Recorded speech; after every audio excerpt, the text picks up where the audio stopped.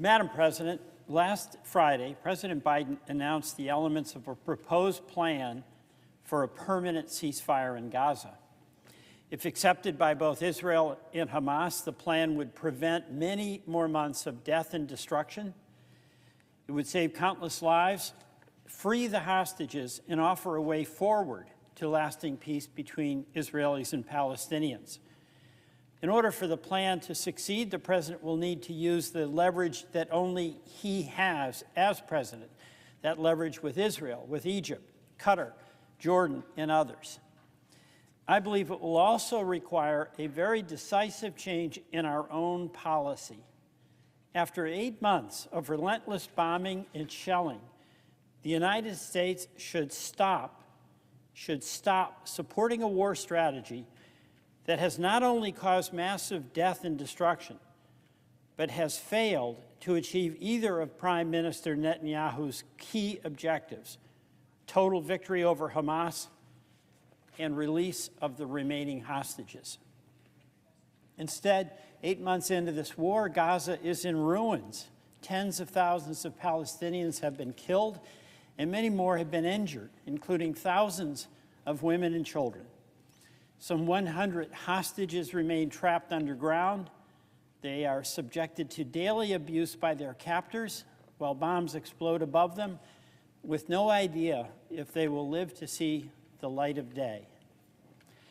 And on May 26th, Israeli Defense Forces, using munitions provided by the United States, attacked a camp of displaced Palestinians in Rafah, where the Israeli military had ordered them to relocate to avoid bombing in the north. The attack incinerated 45 people and injured many more. Mr. Netanyahu called it a tragic mistake. In reality, it was the gruesome result of an ill-conceived, scorched earth campaign that has gone on for far too long. For years, Mr. Netanyahu used Hamas as an asset in his very cynical strategy to ensure the Palestinian Authority could not become an effective partner for peace. He steadily expanded Israeli settlements, roads, and other infrastructure in the West Bank to create conditions on the ground to undermine the viability of a Palestinian state. His policies fueled hatred and violence among Israelis and Palestinians. Yet throughout those years, the United States has supported his government unconditionally. The Israeli and Palestinian people are now paying the price for these failed policies. Today, over 1 million Palestinians in Gaza are suffering from acute hunger. Children are starving. The wounded are dying from lack of medical care. Children with life-threatening injuries cannot leave Gaza to obtain the surgery that they need in other countries. Hundreds of trucks carrying food, medicines, and other aid have been stalled in Egypt. And the sea pier, constructed by our Department of Defense, using hundreds of millions of taxpayer dollars, is in pieces.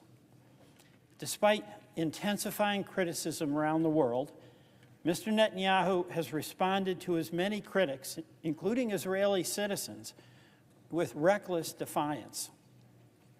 Madam President, the time will come when the war ends. President Biden announced a plan to achieve through diplomacy what military force has failed to achieve. But whenever that time comes, Gaza will be uninhabitable. 2 million Palestinians will be dependent on international aid for years to come.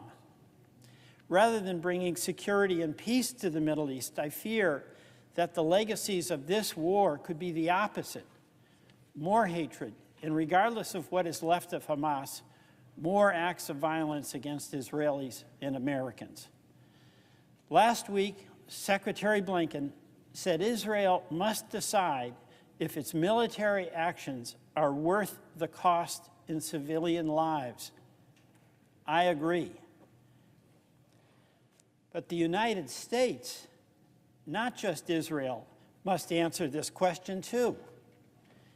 Is Israel's use of our planes, our tanks, our bombs, our ammunition worth the cost in civilian lives? Is it worth the risk of creating a new generation of terrorists, victims of bombing and shelling who saw their parents, siblings, and friends die, their homes destroyed? Is it worth the lives of the hostages? Madam President, I believe the answer is no. The United States must stop providing offensive weapons and munitions to a polarizing foreign leader who treats billions of dollars in military aid from American taxpayers as an entitlement, while he ignores the appeals of American officials to stop bombing, shooting, and denying aid to Palestinian civilians. The United States should stop providing offensive weapons and munitions to a foreign leader who promotes policies that are diametrically against U.S. national interest, and by doing so sets back progress for Middle East peace and puts American lives at risk. The United States should stop supporting a war strategy that has repeated some of our own worst mistakes in Afghanistan and Iraq. The United States also should defend the Geneva Conventions and the international tribunals, including the International Criminal Court. Some here have denounced the chief prosecutor for bringing charges against Prime Minister Netanyahu. There is no equivalence between Israel and Hamas, to be sure, but there are credible allegations of violations of the laws of war in Gaza. Attacking the court plays into the hands of war criminals like Vladimir Putin. It weakens our own credibility and the court's legitimacy. It undermines the universal principle that no one, no government is above the law, a cardinal principle that the United States should strongly defend. Madam President, the perpetrators of the October 7th massacre must be brought to justice.